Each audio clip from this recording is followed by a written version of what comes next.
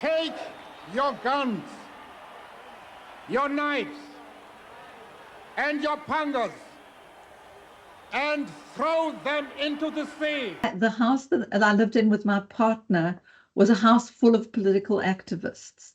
And at the point when Mandela was about to, well, actually the story starts with the release of Walter Sisulu. Suddenly Walter Sisulu was about to be released. And it threw the local activists here into a tailspin because there's so much to do. You have to organize a rally, you have to arrange security, you have to get support. There's a million things that have to be done. In addition, he has to come out of jail and give a speech.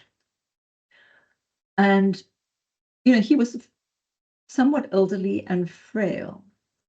And someone had to spend time with him thinking about how he would deliver his first speech.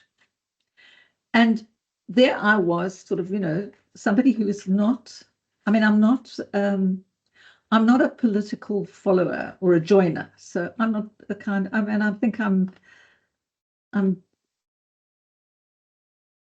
person who always has to ask millions of critical questions, and therefore one can't easily become part of a political party. So I was a non-party member of anything, but with a deep historical interest and a great interest in discourse, in how to speak. So I just got assigned to go to Walter Sisulu's little house in Soweto and work with him to develop a speech for his first public appearance, which was actually at Wits. It was organized there. It was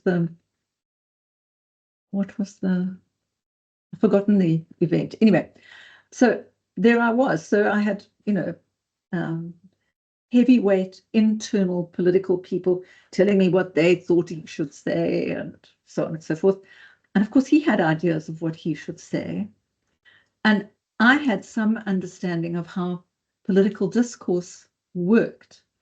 So the combination of all of that, sat down and tried to write that very first speech, which seemed to go quite successfully. He wasn't a natural public speaker, so there was also quite a lot of, and I mean, you know, it was pretty out of condition, you know. But I mean, you know, you've been in jail for 20 years, so you know, it's not easy. There were questions of new glasses, for example, because you have to be able to read your speech, but you also have to be able to see people.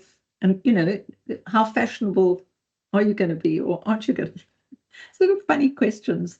And then there's the matter of syntax, you know, that a speaker has a particular syntax that they're comfortable with. And they can't always say what the political line wants the thing to be said because it's not a natural speaking syntax. So I suppose I had the patience and the interest to work on this early speech. And then I was just retooled because, you know, the next thing is Madiba's out and someone has to write all those early speeches because remember the heavyweight ANC exiles are not back yet.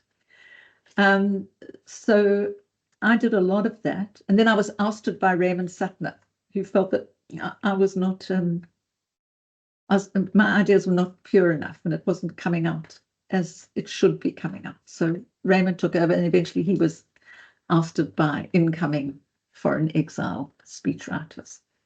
So, but I did write the Mandela Natal speech, you know, the one where he says, you throw your guns and knives in the sea.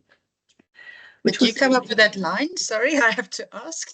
I did with some trepidation because it's first of all, it was a big shock to everyone that Mandela was going to take the position of accommodation that he decided to. So that presented its own difficulties because how do you, in a rhetorical way, both acknowledge